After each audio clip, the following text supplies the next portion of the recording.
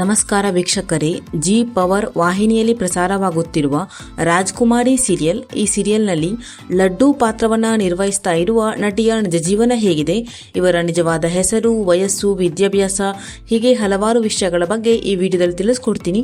So ವಿಡಿಯೋವನ್ನು skip ಮಾಡದೆ ಪೂರ್ತಿಯಾಗಿ ನೋಡಿ. ಹಾಗೇನೆ ನಿಮಗೂ ಕೂಡ ರಾಜ್ಕುಮಾರಿ ಸೀರಿಯಲ್ ಇಷ್ಟ ಆಗ್ತದೆ ಅಂದರೆ ತಪ್ಪದೇ ವಿಡಿಯೋಗೆ ಒಂದು ಲೈಕ್ ಕೊಟ್ಟು ನಮ್ಮ ಚಾನಲನ್ನು ಸಬ್ಸ್ಕ್ರೈಬ್ ಮಾಡಿ. ಮೊದಲನೇದಾಗಿ ಲಡ್ಡು ಪಾತ್ರಧಾರಿಯ ನಿಜವಾದ ಹೆಸರು ಗಗನ ಬಾರಿ ಅನ್ನೋದಾಗಿದೆ.